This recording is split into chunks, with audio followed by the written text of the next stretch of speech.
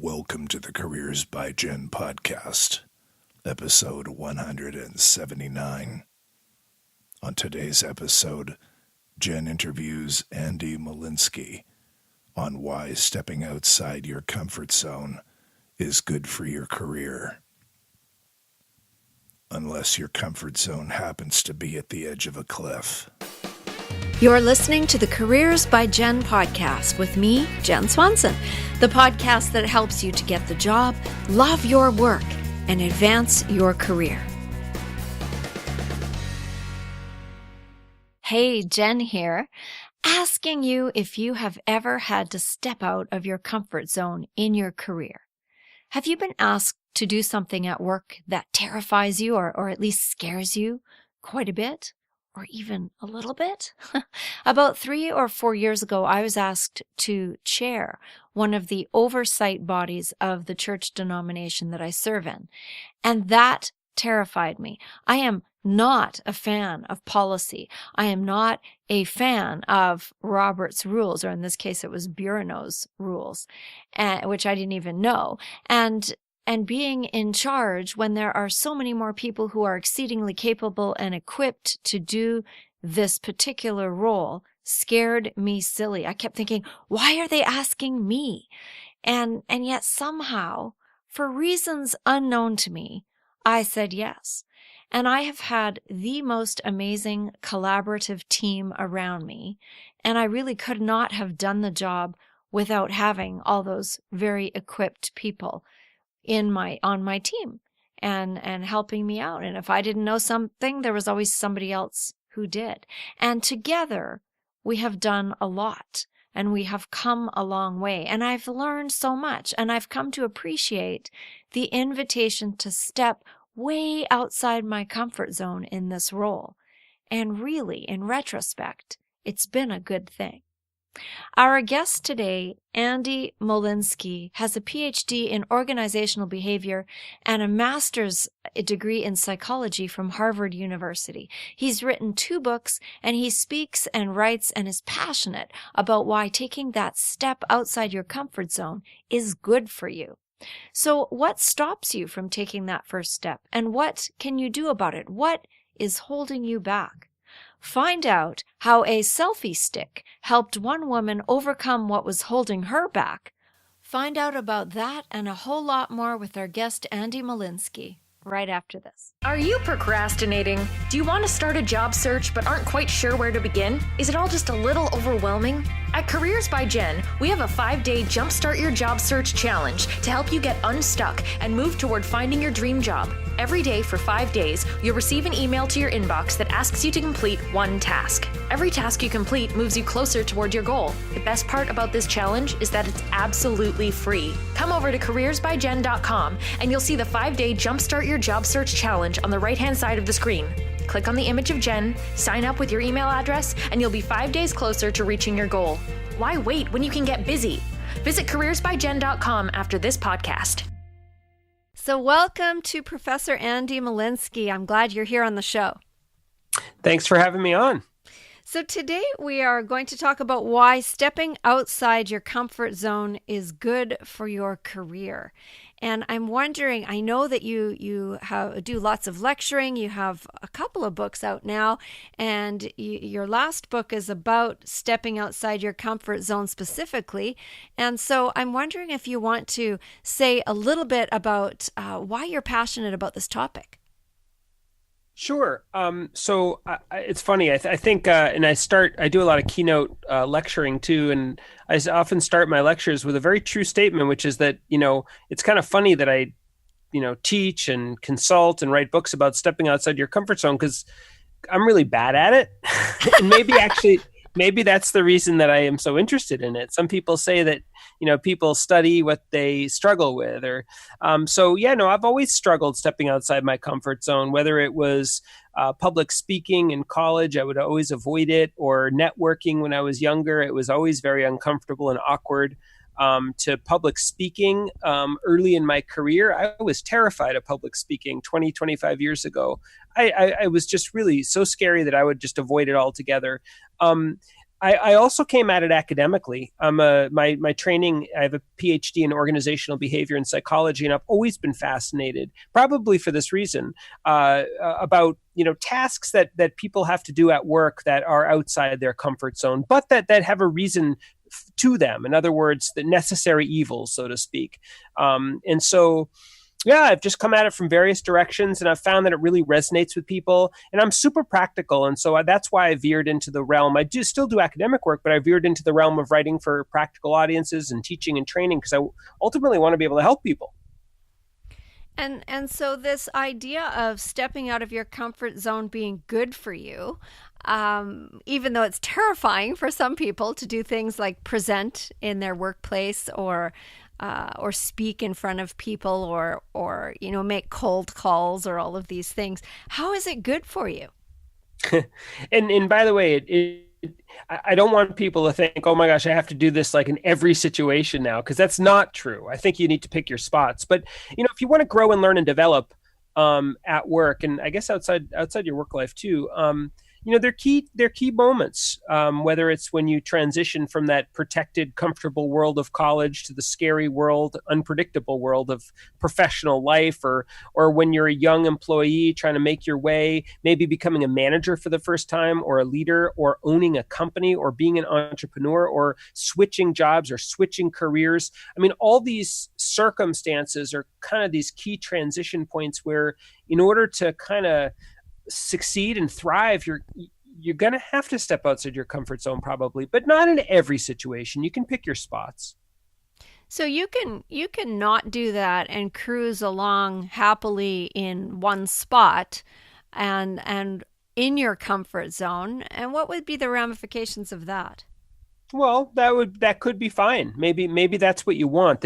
People talk in my field about what people want in a career. Do they see their job as a job? Do they see it as a career, or do they see it as a calling? Right? Those three options. And if you just see your job maybe as a job, just a way to earn money, maybe it's actually really good to stay in your comfort zone, and you don't want to have too much growth because you just kind of want to earn your paycheck, and then you're going to be able to do the things outside of work that you really care about. But if you have more of a growth-oriented mindset about your job, if you see it as a career, you want to build a career, even if you see it as a calling, I think you're probably going to want to stretch outside your comfort zone in certain directions professionally, and that's where a lot of this stuff comes into play. So what would be a first step to being able to do that, to take the leap, to do something that you have to do, maybe as part of the portfolio of the work that you're taking on, or that you want to do but are scared to do it? What are some of the first steps? Yeah, so it's a really good question, because if you look on the internet and you Google comfort zone, you're going to see a lot of people jumping off cliffs, jumping off out of airplanes, and you just take the leap. People walking on tight, high wire acts and so on. I think it's small steps that really are more doable for people. And what I do in my work is I help people. The very first step is I try to help them understand what their challenges are, what their pain points are, so to speak. And in my book, in my work, I have 5 in particular that I help people understand. And these are the 5 that I found to be the most common. Now, for my book Reach, I interviewed all sorts of people: managers, executives, entrepreneurs, doctors, police officers, therapists, actors, students, priests, rabbis. I mean, all sorts of people. And I also work with people. And so what I keep finding is 5 core challenges. The first being authenticity, the idea that, when I'm considering stepping outside my comfort zone in this situation, it just doesn't feel like me. And that can be anxiety producing. A second one is likability. What if people don't like this version of me? What if being outside my comfort zone to me means being more assertive? But what if people don't like the assertive version of me, right? That's likability. So you got authenticity, likability. A third challenge is competence. You see that a lot. What if I'm bad at this? What if people can see I'm bad at this? So like the private and the public side of it.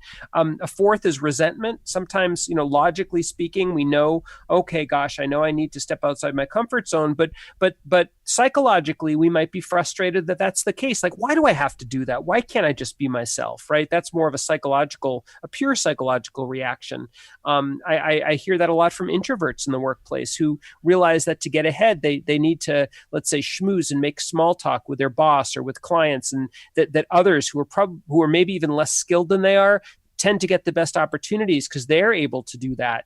And so it feels frustrating, deeply resentful that that's the way that you have to get ahead. And of course, that's outside their comfort zones. And then the last one's morality. Sometimes in certain circumstances, it can feel like you're doing something wrong. I actually opened my book Reach with the story of a young woman who started a company. And very soon afterwards, she ended up having to fire her best friend.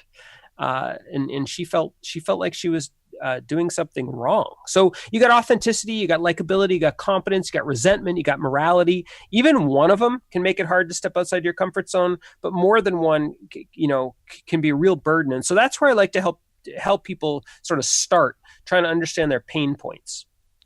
And yeah, I can resonate with some of these. I know when I first one of the jobs that I do, one of my callings is I'm a pastor, a United Church minister, and it's a part-time position, but I'm the only paid person in the organization because it's very small. And part of my challenge when I first got to the place that I'm at is that I am responsible for at least overseeing, if not doing, the administration of an organization, which means setting policies, et cetera, and making sure that things are happening.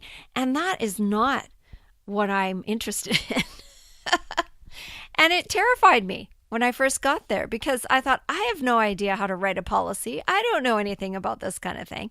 But it was part of the role. I hear you. I feel that way. That's really cool you're doing that. I feel that way as I become a bit more entrepreneurial myself in my career. I start a little business on the side and, have to deal with legal issues or, I don't know, the sort of the business side of things. It's outside my comfort. It's certainly outside my routine, and that makes it outside my comfort zone. I think when I talk about comfort zones, I like to help people distinguish among, your comfort zone, your stretch zone, and your panic zone. So, if you had a piece of paper and you could draw 3 circles, the comfort zone, the panic zone, and the comfort zone, the stretch zone, and the panic zone, think of a situation. Where does it belong for you? So like the bureaucratic stuff you're talking about, for me, is kind of probably in my stretch zone. I'm not terrified of it, but it is a little bit outside my comfort zone. It requires a bit of a leap, a bit, sort of a bit of motivation to be able to do it. And I'm not entirely competent or confident in my abilities. Something in my panic zone might be different. A while back, I'm just trying to think off the top of my head, giving a public speech to a group of executives would absolutely have been in my panic zone 20 years ago. Now it's kind of it depends who it is, but in many cases, it's well in my comfort zone. Sometimes it's in my stretch zone, but 20 years ago, absolutely dead on panic zone. So helping people to understand the challenges helps to normalize it a little bit? I think so. I mean, it's a starting point. It normalizes it. It gives sometimes having a language to talk about something makes that something feel a bit more in control. But that's just a starting point. And so where do you go from there? You've identified the 5 core challenges, and then I guess you have to discern whether or not what you're facing fits into one of those 3 zones. If it's panic zone. Yeah. I mean, it's and then of course you need to figure out what's in it for you. And that's where what I found in terms of the tools that people use to, across all the people I interviewed about their experiences, reflecting on my own experience, reflecting on the experiences of people that I work with.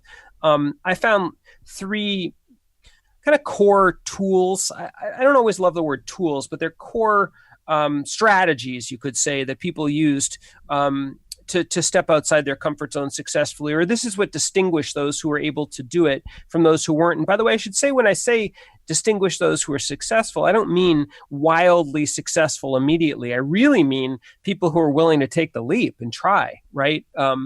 because there's great power in trying. And the power is that you can learn from self-discovery.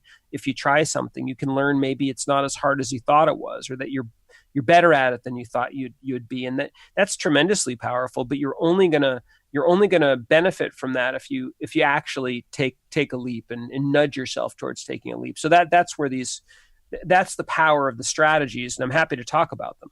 Sure. And it's that saying yes and then figuring out how after, right? Well, ultimately, yeah, it is saying yes. Sometimes it's getting to the point where you're able to say yes, though. I mean, that's I think a lot of people who are afraid of something might not say the yes, right?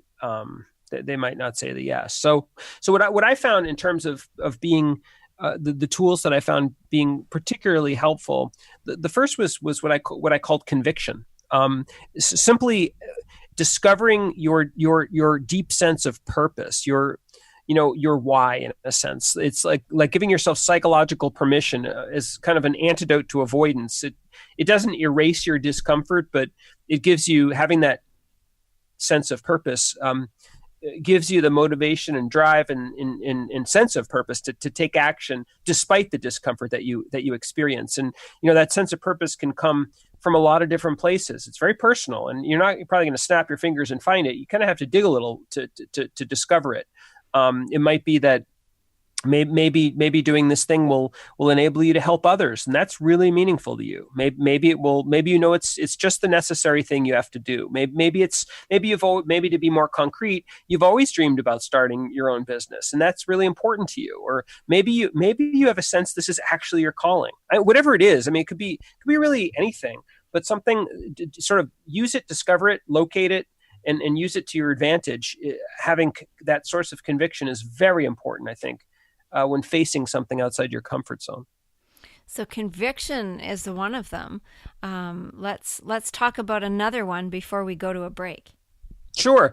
A second one, which is probably the most surprising and maybe exciting thing I found, I call it customization. And that was really cool. So many people were kind of tweaking and personalizing the way that they stepped outside their comfort zone. They were using tools around them in very creative ways. They might be changing their body language. They might be staging the context. They might be playing with language, actual language. They might be playing with the timing of a situation. They might even be bringing a prop to a particular situation. So, for example, early on in my career, when I was very uncomfortable with public speaking, I used to wear a ring every single time I spoke in public. And that ring, it wasn't like a magic, a magic ring, but the ring had meaning to me. And the stone in the ring was a stone that my great uncle found in the beaches of the South Pacific in World War II. He was very young in the Navy. And as a kid, I always admired this ring. And then eventually I found out what it meant, like how he acquired it. And then it started to be not just cool looking, but meaningful in some ways. It almost represented courage to me. I eventually inherited it. And early on in my career, when I was struggling, I don't know how I came to sort of connect the two, but I started wearing it. And oftentimes before I would go to speak, I would kind of look at it and say, if he could do that, I can do this. Like, just like that, maybe not literally saying it, but just thinking it. And it gave me just like a little nudge. And that's an example of a prop. And there are many other examples too. I wonder how many different examples of that there are. I got an email the other day from someone who read my book, Reach.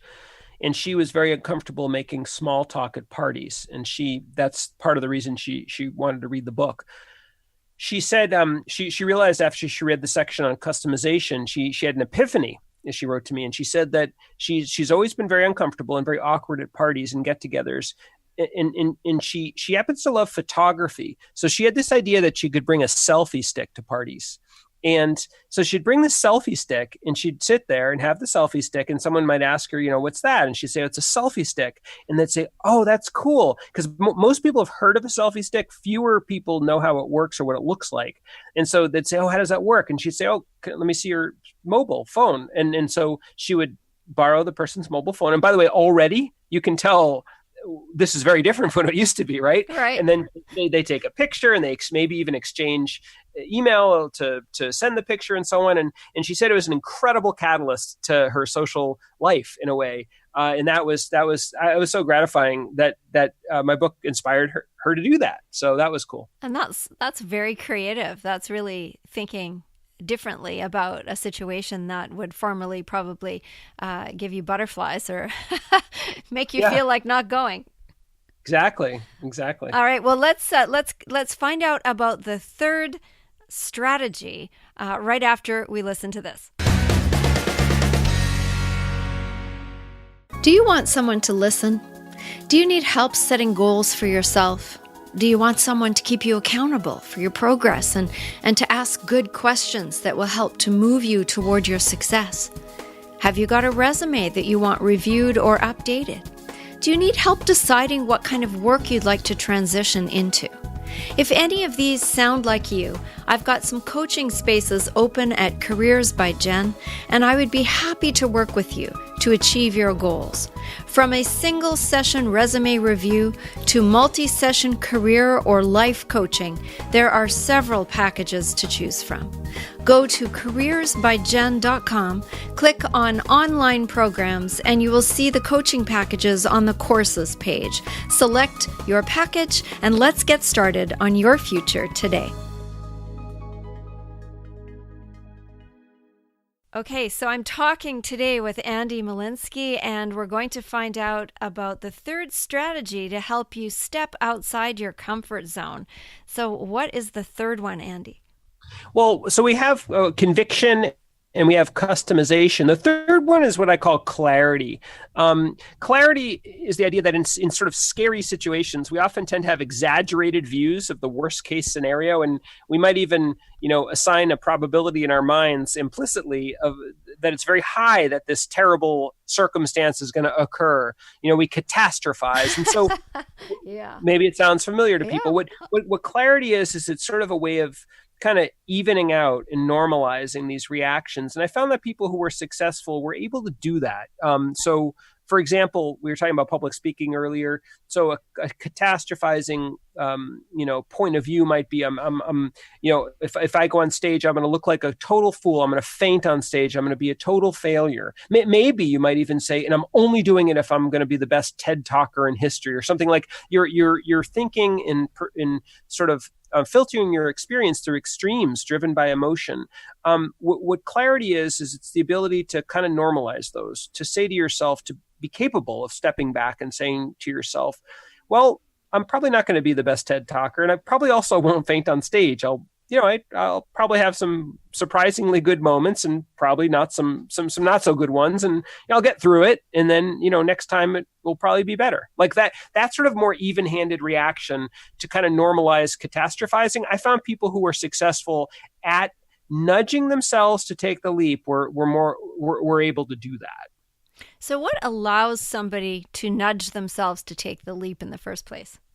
Well, it's all these things. It's the idea that, if you basically, when you're confronting a particular situation that's outside your comfort zone, you have two doors, essentially. You have door A.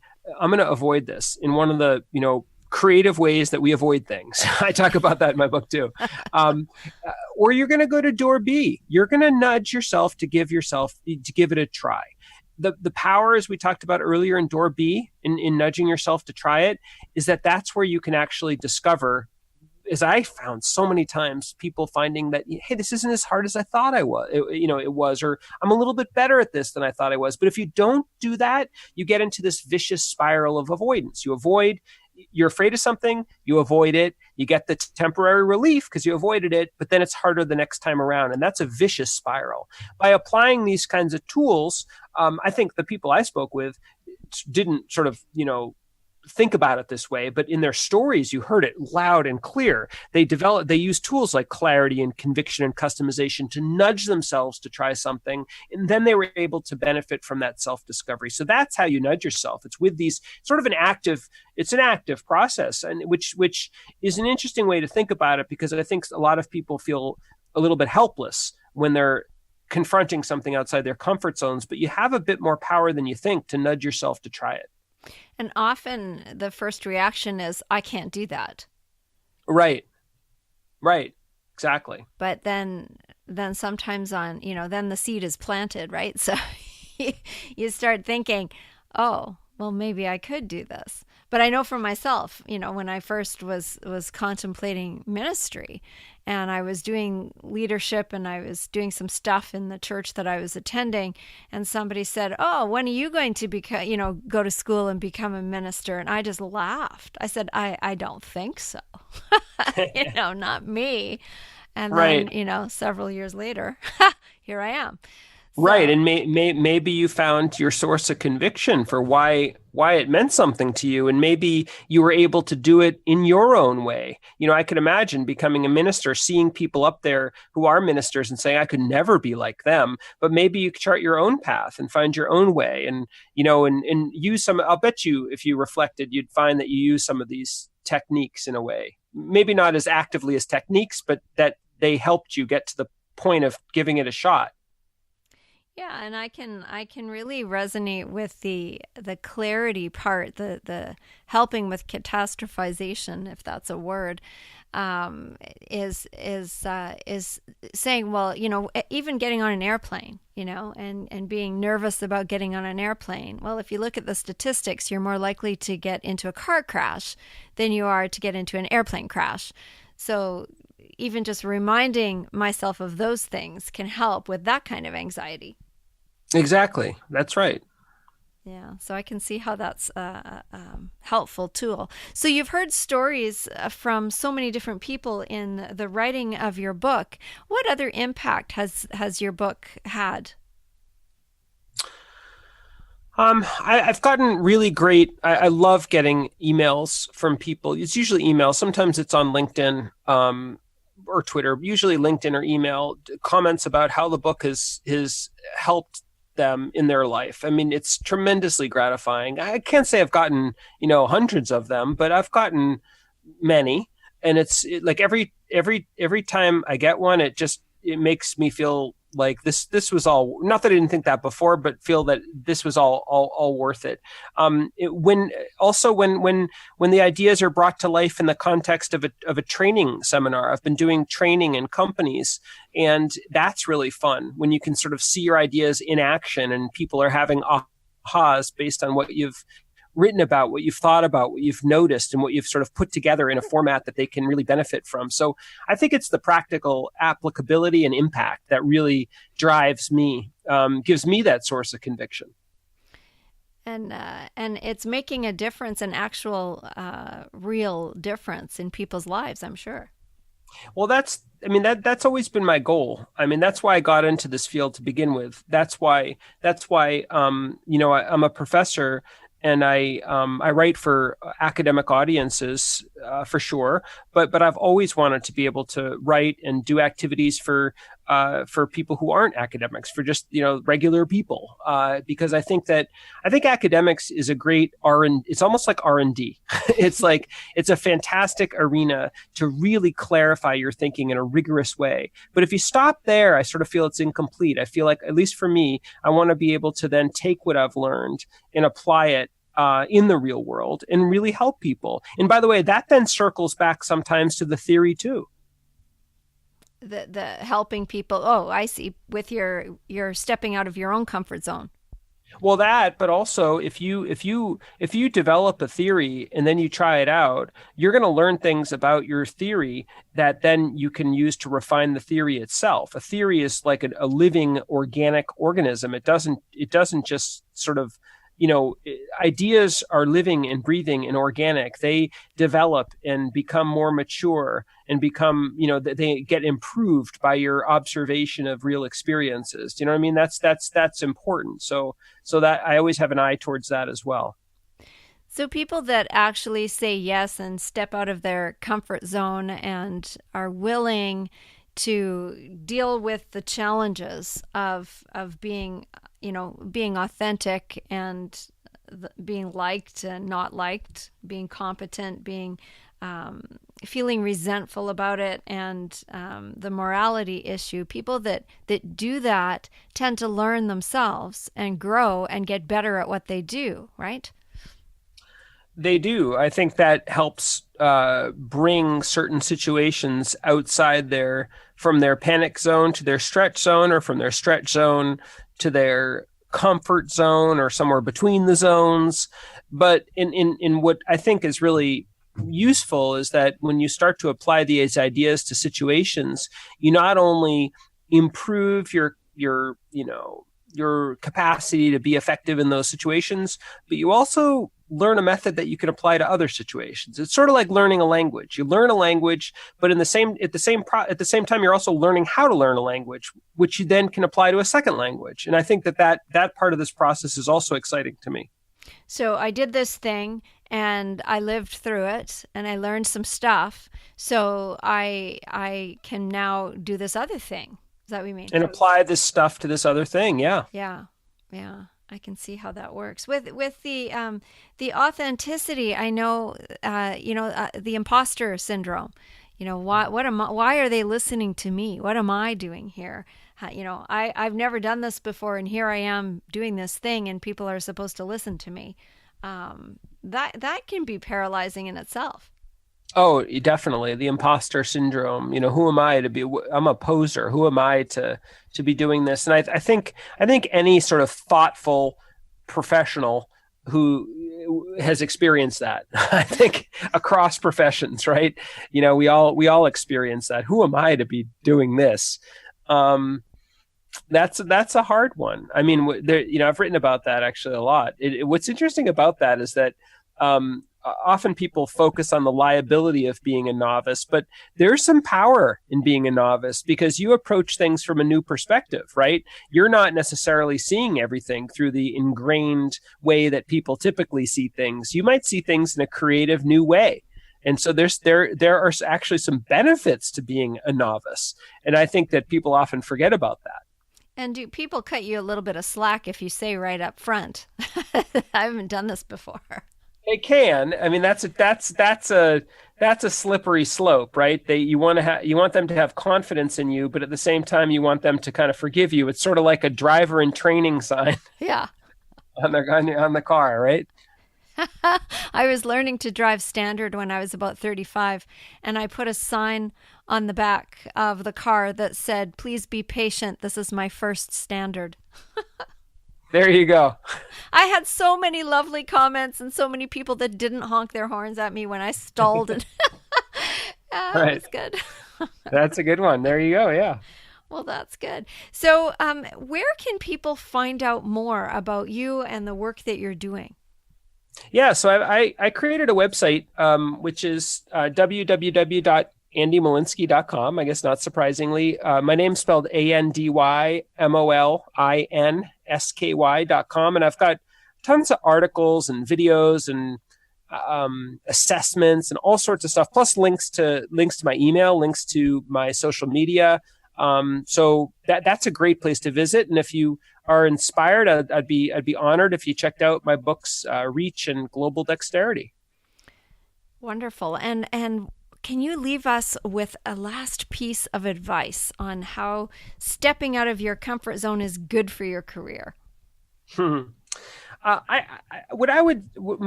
last piece of advice would be that thinking a lot about stepping outside your comfort zone is a great thing, but actually taking the action can sometimes be the hardest. So I would pick something if I were listening. I'd pick something. It doesn't have to be something at the extremes of your panic zone. In fact, it shouldn't. Or even at the extremes of your stretch zone. Try something kind of at the edges of your stretch zone, kind of a low-hanging fruit situation, right? You want to get a little small win there and quickly.